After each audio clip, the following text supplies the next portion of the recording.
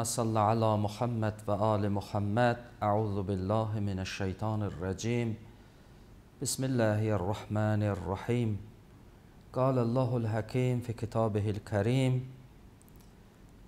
Ellezî halaqal mevte vel hayat liyebluvekum eyyukum ahsenu amela.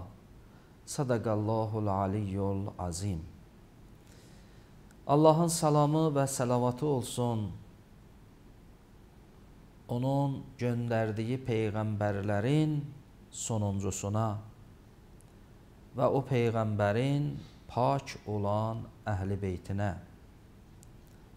və siz dəyərli və möhtərəm izləyicilərə. Yenidən sizləri xoş gördük. Bugünkü mövzumuz imtahandır. İnşallah bu barədə bir neçə dəqiqə siz əzizlərin xidmətində olarıq. Və ümidimiz də budur ki, bu kanal vasitəsilə bu deyilən ayələrə və hədislərə və rivayətlərə əməl edib faydasını görərik. Bəli, Allah hikmət sahibidir. Allah yerdə, göydə sonsuz və təfəkkürümüzə sığışmayan məxluqlar yaradıbdır. Onların bəzilərini biz tanıyırıq, bilirik, görürük. Bəzilərini eşitməmişik, tanımırıq, görmürük.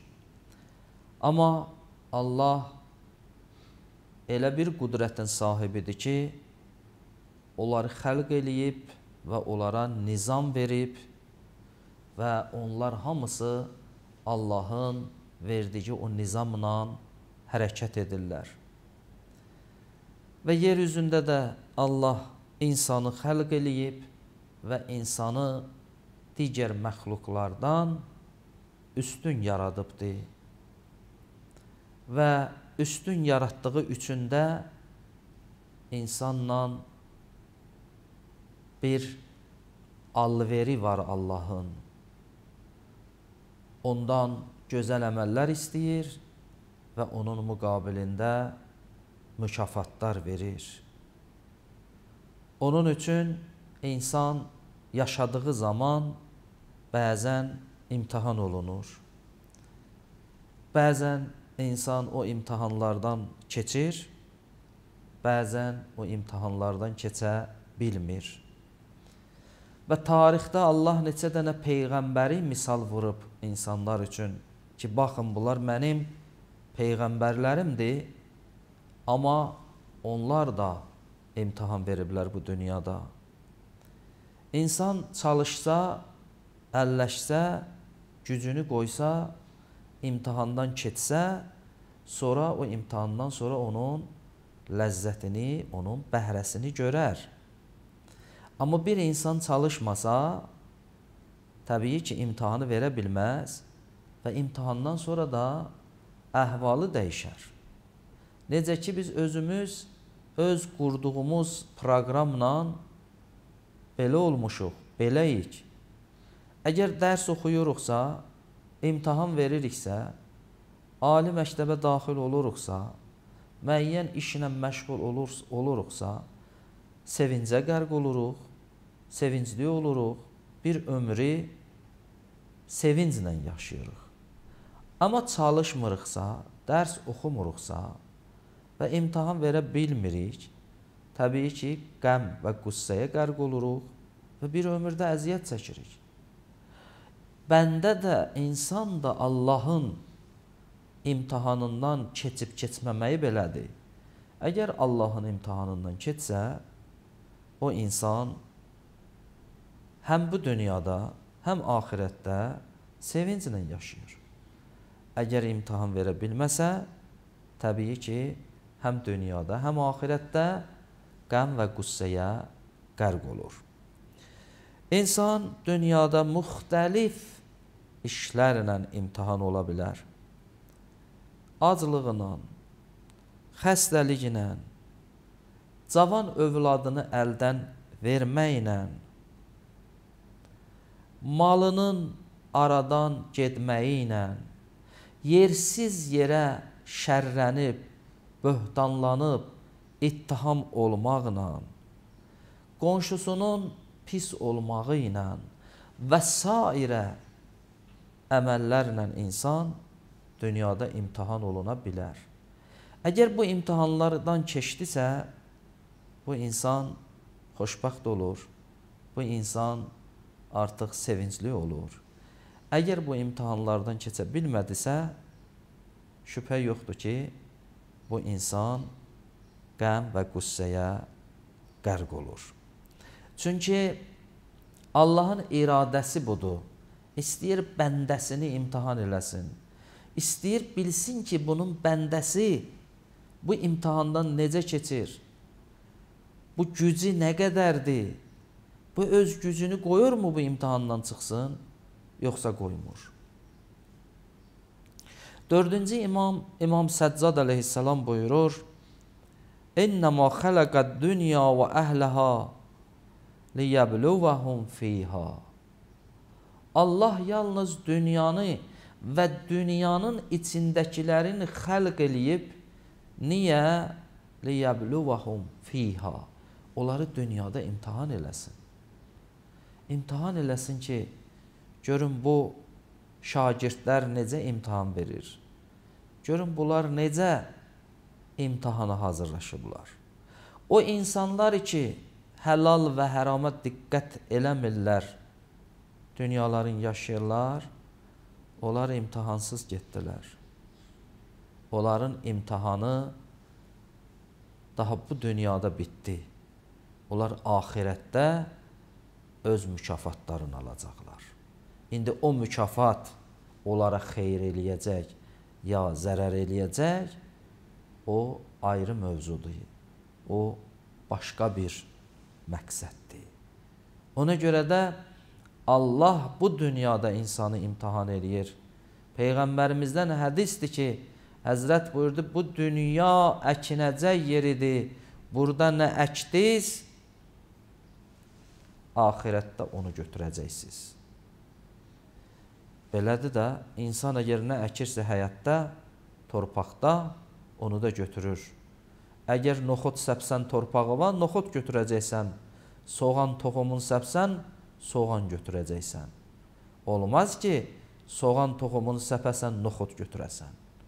Bu dünyada nə əkdin, axirətdə onu götürəcəksən. Əgər bu dünyada yaxşı əməllər sahibi oldun, qiyamətdə mükafatın da yaxşıdır. Əgər bu dünyada pis əməllər sahibi oldun, onda axirətdə də mükafatın pis olar. Əbbasi xəlifələrin biri olan Harun Ər-Rəşid bir gün sarayında vəzirlərinə elan elədi. Dedi, istəyirəm bu şəhərdə bir qazi təyin eləyim. Ki o insanlar arasında insanların ixtilafları olanda qəzavət eləsin, hökm eləsin, hakim qərar verim. Hamı dedilər ki, Haruna, dedilər bu qəzavətə layiq olan qardaşım Bəhluldur.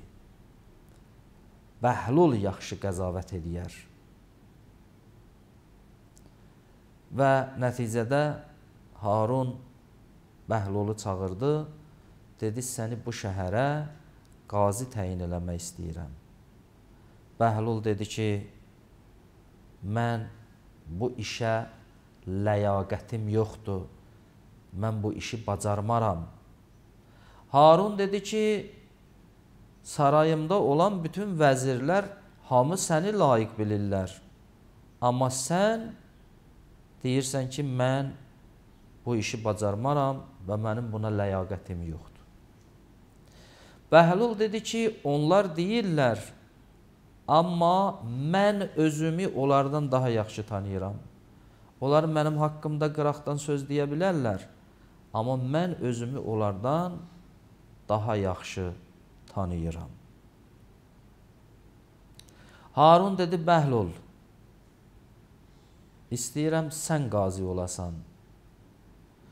Bəhlul dedi ki, mən deyirəm ki, mənim buna qabiliyyətim yoxdur, ləyaqətim yoxdur. Ya mənim sözüm düzdür, ya da yalandır. Əgər düz deyirəm ki, mən bu işi bacarmaram, onda məni niyə qazi qoyursan? Axı mən bacarmaram. Əgər mən bu sözü yalan deyirəmsə, yalandan deyirəm mənim qabiliyyətim yoxdur bu işə, onda mən yalancıyam. Yalancını da qazi qoymazlar. Harun üçüncü dəfə təkid elədi, əl çəkmədi. Bəhlul dedi, mənə bir gecə möhlət ver.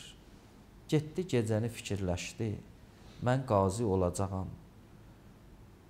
Və orada insanların hüquqları ilə necə rəftar eləyəcəyəm? O imtihandan keçə bilərəm, ya bilmərəm? Allahın mənə o verdiyi imtihandan keçə bilərəm, ya bilmərəm? Qərarım verdi ki, keçə bilmərəm. Mən o işi bacarmaram.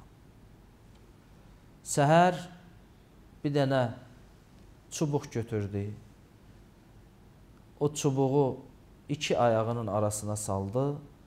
Getdi bazara. Dedi, ey ya əyyuhən nas, ey insanlar, mənə yol verin. Atım gəlir, atım sizi əzəcək.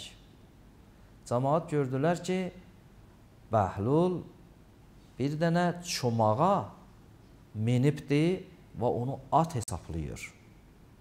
Xəbər verdilər Haruna, Bəhlul divanə olub, Bəhlul dəli olubdi.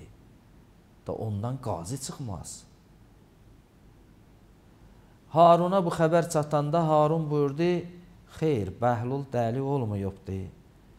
Bəhlul bu vəzifədən, bu qazilik vəzifəsindən öz canını qurtarmaq üçün o işə əl atdı və özünü dəli kimi göstərdi. Həqiqətdə də bu idi. Bəhlul dəli olmamışdı. Bəhlul İmam Cəfər Sadiq əleyhissalamdan dərs oxumuşdu. Və lakin Bəhlul o imtihana girmədi.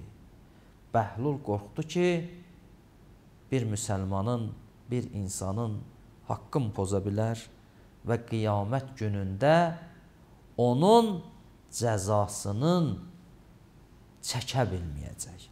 Ona görə Bəhlul öz canını bu qazilikdən bu vasitə ilə qurtardı.